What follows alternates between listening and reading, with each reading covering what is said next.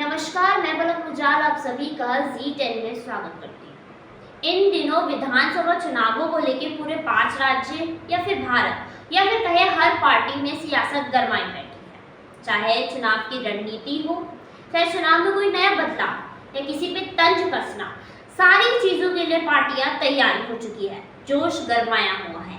ऐसे में केंद्रीय मंत्री ज्योतिरादित्य सिंधिया 2 दिवसीय दौरे पर ग्वालियर पहुंचे। सिंधिया ने केंद्रीय मंत्रियों को विधानसभा चुनाव में टिकट दिए जाने पर कहा कि सियासत में कोई पीछे नहीं जाता।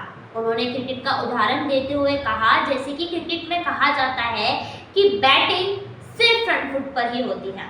उन्होंने कहा कि भारतीय जनता पार्टी में संगठन द्वारा किसी भी कार्यकर्ता को जो निर्देश दिए जाते हैं उसका पालन करना उसका कर्तव्य नहीं अपितु उसका धर्म भी है। राहुल गांधी के मध्य प्रदेश दौरे पर केंद्रीय मंत्री सिंधिया ने ये भी कहा कि कांग्रेस की विदाई अब जनता ही तय करेगी।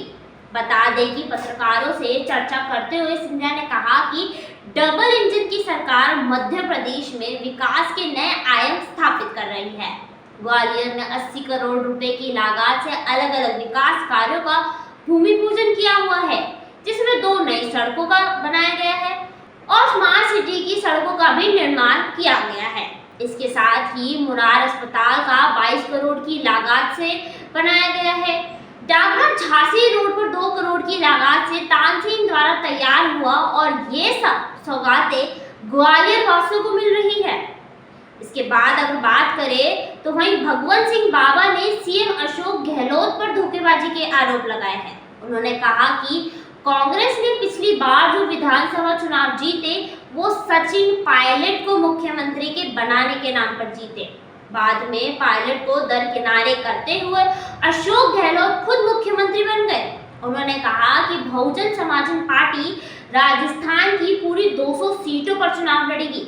बसपा प्रदेश अध्यक्ष भगवान सिंह बाबा ने ये भी कहा कि उन्होंने पूर्वी राजस्थान और शेखावाटी इलाके को चिन्हित कर बसपा के 60 सीटें जीतने पर काम शुरू कर दिया है, जिसके चलते आने वाले समय में यदि बहुजन समाज पार्टी सत्ता में नहीं आती है तो जो लोग बहुजन समाज पार्टी से चुनाव जीतेंगे उन्हें मंत्री पद की शर्त के साथ सत्ताधारी पार्टी को समर्थन दिलवाया जाएगा। तो देखा ना आपने कि कैसे जैसे जैसे चुनाव नजदीक आते जा रहे हैं ऐसे में पार्टियों का एक दूसरे पे तंज कसना बढ़ता ही जा रहा है।